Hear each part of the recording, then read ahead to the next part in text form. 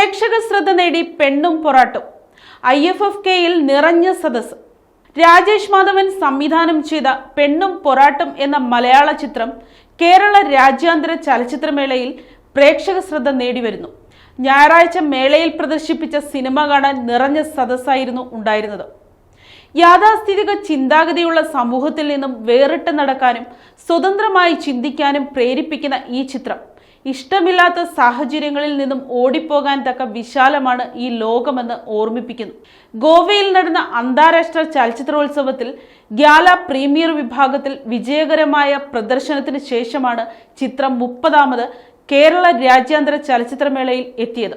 സാമൂഹിക ആക്ഷേപ ഹാസ്യത്തിന്റെ പുതിയ രൂപമായി അവതരിപ്പിച്ച പെണ്ണും പൊറാട്ടും IFFKയുടെ നിറഞ്ഞ സദസ്സിന് മുന്നിൽ മികച്ച പ്രേക്ഷക പ്രശംസ പിടിച്ചുപറ്റി. പട്ടട എന്ന ഗ്രാമത്തിന്റെ പശ്ചാത്തലത്തിൽ സാധാരണക്കാരായ ഒരു കൂട്ടം ഗ്രാമീണരുടെ കഥ പറയുന്നതിനൊപ്പം മനുഷ്യനും മൃഗങ്ങളും തമ്മിലുള്ള ബന്ധത്തിന്റെ ആഴം കൂടി സിനിമ അടയാളപ്പെടുത്തുന്നു. രാജേഷ് മാധവൻ ആദ്യമായി സംവിധാനം ചെയ്ത ചിത്രത്തിന്റെ തിരക്കഥ രചിച്ചിരിക്കുന്നത് രവിശങ്കറാണ്.